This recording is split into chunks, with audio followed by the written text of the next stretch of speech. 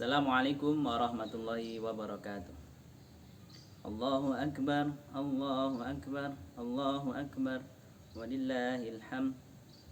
Innal hamdalillah nahmaduhu wa nasta'inuhu wa nastaghfiruhu wa na'udzu billahi min syururi anfusina wa min sayyiati a'malina. May yahdihillahu fala mudhillalah wa may yudlilhu fala hadiyalah. Asyhadu an la ilaha illallah wa asyhadu anna Muhammadan abduhu wa rasuluh. Allahumma salli wa sallim ala sayyidina Muhammad wa ala alihi wa sahbihi wa man ihtada bihudahu ila yaumil qiyamah. Amma ba'd.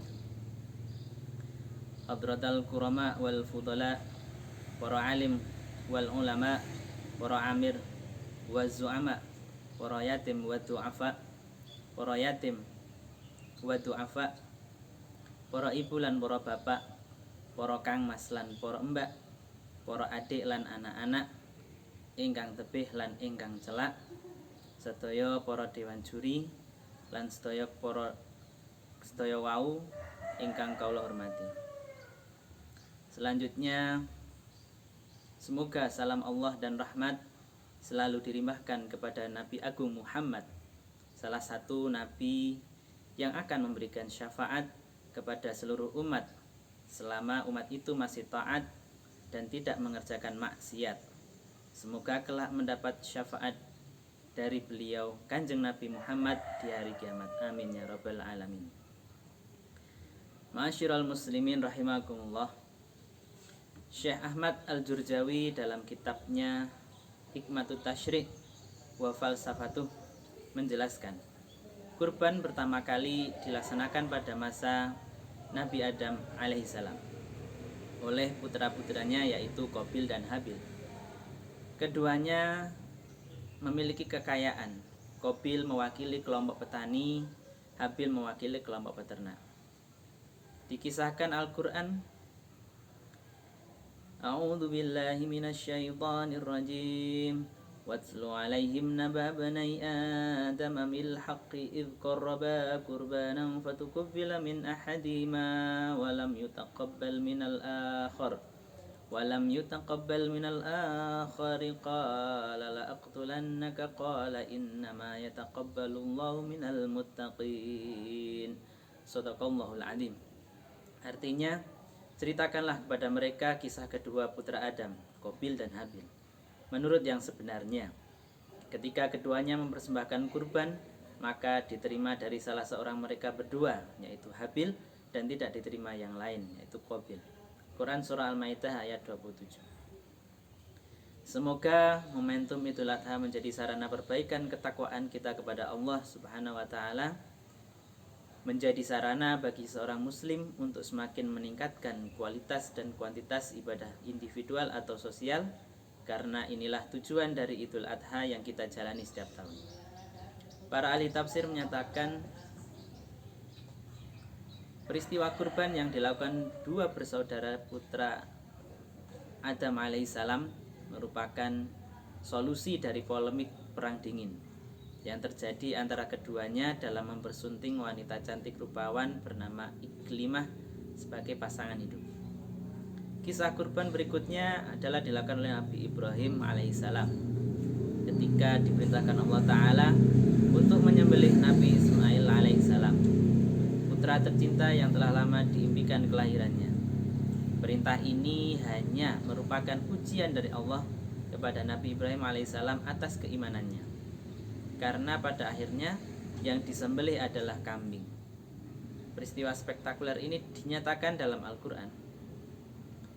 A'udzu billahi minasyaitonir rajim. Bismillahirrahmanirrahim. Qala ya bunayya inni ara fil manami anni adbahuka fanzur madza tara. Qala ya bati fa'al ma tu'maru satajiduni insyaallahu minas sabirin. Shadaqallahul adzim. Artinya, Ibrahim berkata, "Hai anakku, sesungguhnya aku melihat dalam mimpi bahwa aku menyembelihmu.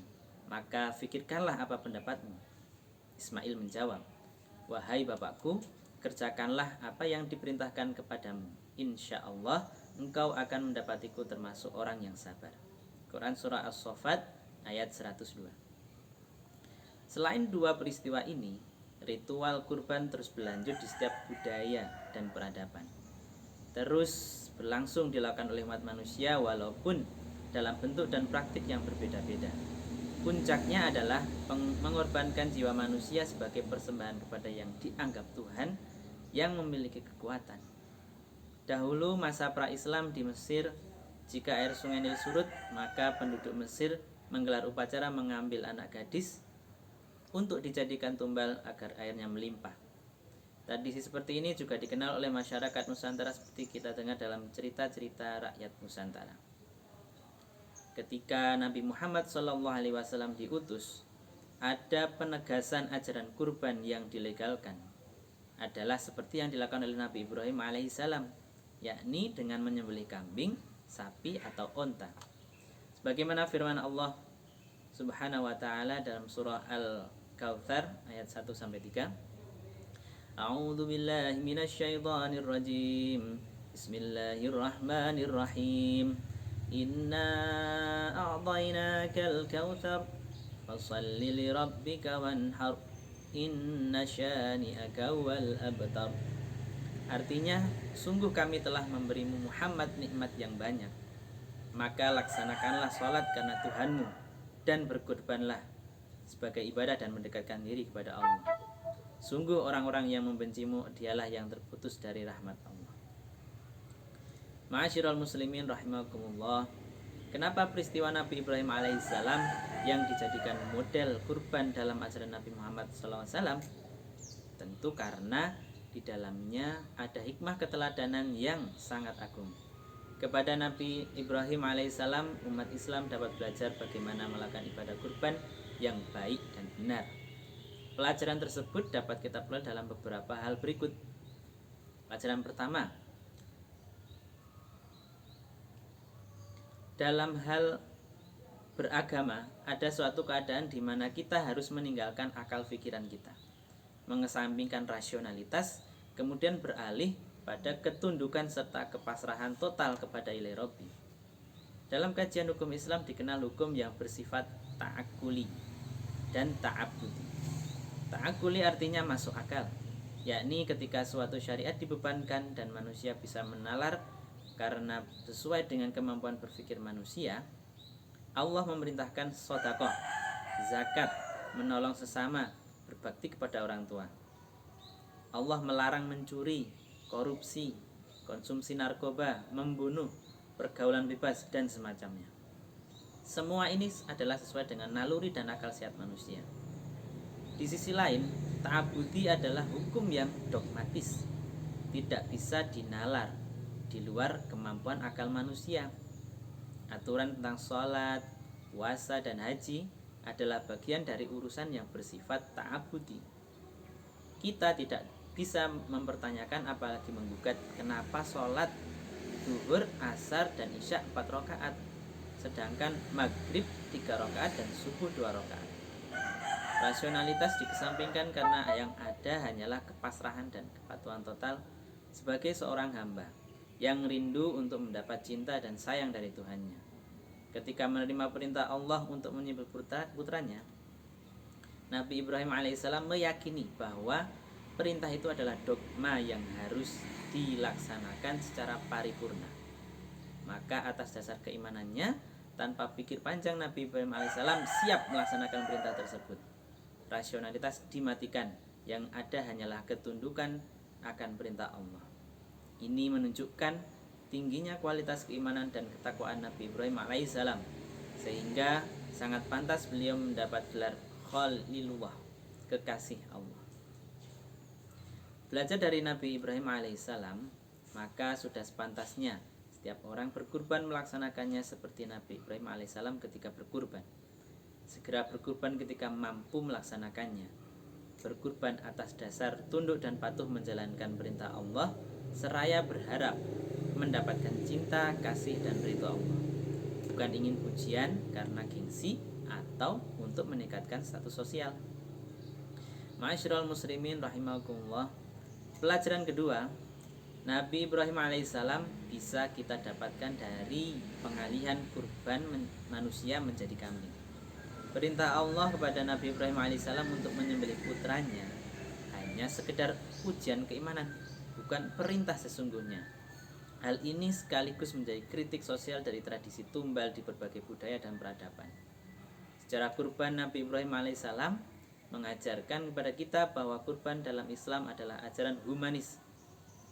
Untuk menyembah Allah tidak boleh membahayakan diri sendiri, apalagi orang lain. Dalam hadis riwayat Ibnu Abbas radhiyallahu anhu, Nabi Muhammad SAW bersabda, "La dororo wala diror." Artinya tidak boleh membahayakan orang untuk kepentingan pribadi dan tidak boleh mencegah orang lain mendapat kebaikan. Dalam Islam setiap bahaya harus dihilangkan. Bahkan untuk mendatangkan suatu kebaikan atau menghilangkan suatu bahaya, tidak boleh menimbulkan bahaya yang lain. Ini adalah salah satu prinsip utama dalam ajaran Islam.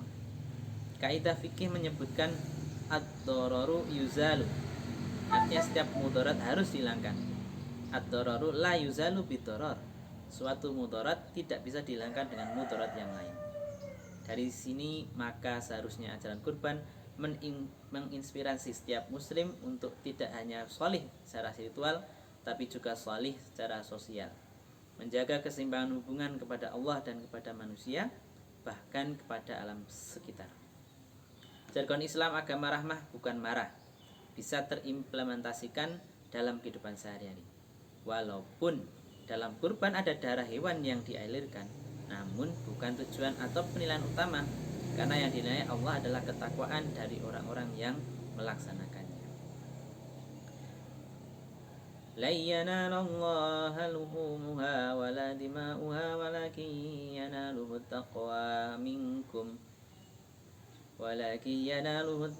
minkum kadzalika sakharaha lakum litukabbirullaha ala ma hadakum wa basyiril muhsinin. Artinya daging-daging unta dan darahnya itu sekali-kali tidak dapat mencapai keridhaan Allah, tetapi ketakwaan dari kalianlah yang dapat mencapainya. Demikianlah Allah telah menentukannya untuk kalian supaya kalian mengagungkan Allah terhadap hidayahnya kepada kamu. Dan berilah kabar gembira kepada orang-orang yang berbuat baik. Al-Hajj ayat 37. Ma'asyiral muslimin rahimakumullah, inilah dua pelajaran yang dapat kita petik dari kurban yang dilaksanakan Nabi Ibrahim alaihissalam. Semoga menjadi media yang dapat meningkatkan iman dan takwa kita kepada Allah Ta'ala, serta menjadi pembelajaran bagi kita semua untuk terus berjihad mewujudkan Islam rahmatan lil alamin. Amin ya rabbal alamin. Sekian dari saya, mohon maaf bila ada salah kata, bila ada benar yang datangnya dari Allah Subhanahu wa taala. Subhanakallahumma wa bihamdika asyhadu an la ilaha illa anta astaghfiruka wa atubu ilaik. Walhamdulillahirabbil alamin. Wassalamualaikum warahmatullahi wabarakatuh.